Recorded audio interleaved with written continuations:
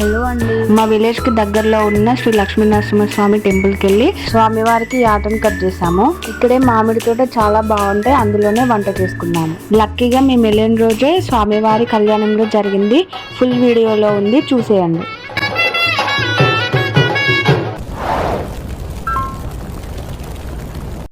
ఇంకా మేమైతే వంటకు కావాల్సినవి అక్కడికి కావాల్సినవన్నీ సర్దుకొని ఇంకా స్టార్ట్ అయితే అయినాము. మేకని కూడా ఆ వెహికల్లోనే ఎక్కించేశారు. ఇంకా అందరం టెంపుల్ కి స్టార్ట్ అయి వెళ్తున్నాము. ఈ టెంపుల్ అయితే మా విలేజ్ కి చాలా దగ్గర. హోలీకి ఇక్కడ జాతర చాలా బాగా జరుగుతుంది. చుట్టుపక్కల ఊర్లో ఉన్న వాళ్ళందరూ ఎక్కడెక్కడి నుంచో చాలా మంది వస్తూ ఉంటారు. మాకు దగ్గర కాబట్టి ఆ ఎడ్ల బండ్లు కట్టుకొని వాటిలలో వెళ్ళేది. ఫ్రెండ్స్ అందరు ఫ్యామిలీస్ అందరం వెళ్ళేసి అక్కడ ఫుల్గా ఎంజాయ్ చేసేది. ఇలా ఏ టైంకి వెళ్ళేదంటే ఈవినింగ్ అలా వెళ్ళేది. ఇంకా నైట్ అంతా ఫుల్ ఎంజాయ్ చేసి మార్నింగ్ రిటర్న్ అయ్యి ఇంటికి వచ్చేది. ఊర్లో రోడ్లను ఖాళీగా ఉంచారు మనోళ్ళు, ఎందుకంటే ఇదిగో ఇలా పోస్తారు.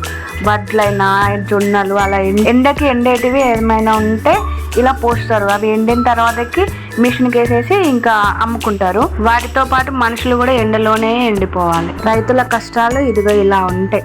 ఇంకా మేమైతే కోటంచకి వచ్చేసాము. కోటంచ అంటే ఏంటో అనుకోకండి, ఈ టెంపుల్ ఉన్న ఊరు పేరు కోటంచ, కొడవటంచ అని కూడా అంటారు. ఈ టెంపుల్కి వచ్చాము అంటే 3 రౌండ్స్ అయినా 5 రౌండ్స్ అయినా వెహికల్తో ప్రదక్షిణలు చేయాలి. ఇప్పుడు మీరు చూస్తున్నది కొత్త టెంపుల్. దీని ప్లేస్లోనే పాత టెంపుల్ ఉండే, దాన్ని తీసేసి దీన్ని కట్టారు. ఇంకా కడుతున్నారు, ఇంకా కంప్లీట్ కాలేదు. కానీ ఫెబ్రవరి 2026లోనే ఓపెన్ చేసేసారు. మేము 9 o'clock వరకు వచ్చేసినాము. ఆ టైంకే ఫుల్గా ఎండ స్టార్ట్ అయిపోయింది. ఇంకా మేమైతే ఒక చెట్టు కింద అయితే ఆగేసినాము. చూడండి, ఇక్కడ ఎడ్ల బండి మీద వెళ్తున్నారు కదా, అలానే మేము కూడా ఒకప్పుడు ఎడ్ల బండితోటి వచ్చేవాళ్ళము. మేము ఇక్కడ దిగేసి ఇంకా టెంపుల్ లోనికి అయితే వెళ్ళాము. ఇది కొత్తగా కట్టారు.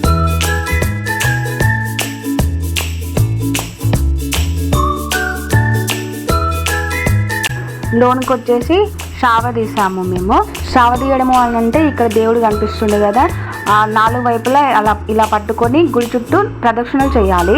కానీ ప్రదక్షిణలు చేయడానికి వీలు లేకుండే, ఎందుకంటే గుడి పనులు ఇంకా అవుతున్నాయి కాబట్టి ఇంకా అటు వెళ్ళడానికి కుదరదు అనేసి అన్నారు.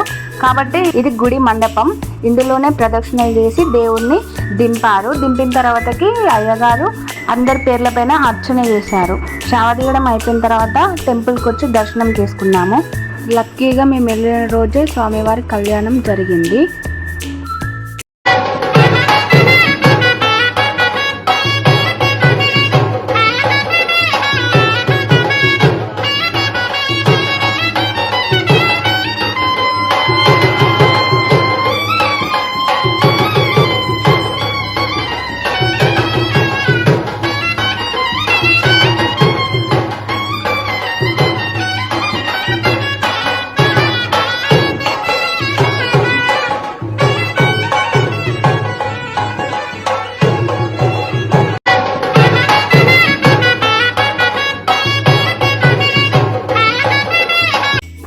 అందరం దేవుణ్ణి దర్శించుకొని బయటకు వచ్చి మేకని స్వామివారికి మొక్కి కట్ చేసాము.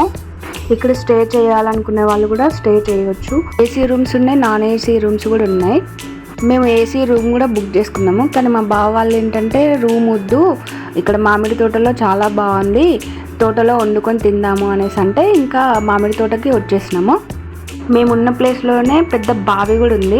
ఆ బావిలో నుండే చెట్లకు మొత్తం వాటర్ పోతాయంట.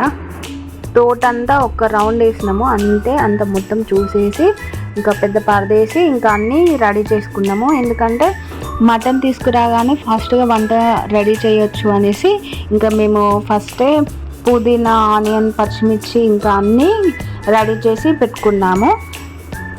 ఇంకా 5-10 minutes అలా ఊరికే కూర్చొని కాసేపు అలా మాట్లాడుకున్నాము. ఆ లోపు మటన్ వచ్చేసింది. ఇంకా మటన్లో మా అక్క అన్నీ కలిపేసింది, అంటే మసాలాలు, ఆనియన్ అన్నీ ఉంటాయిగా, అవన్నీ కలిపేసి పక్కన పెట్టేసింది.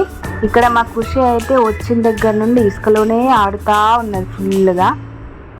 ఇంకా వంట అయితే స్టార్ట్ చేశారు. 2 పొయ్యిలు పెట్టేసి ఒక దానిపైన రైస్, ఒక దానిపైన కర్రీ అలా వేసేసారు. ఫాస్ట్గా అయిపోయింది. ఇక్కడ మా ఆయన గుడాలు తాలింపు వేస్తున్నాడు.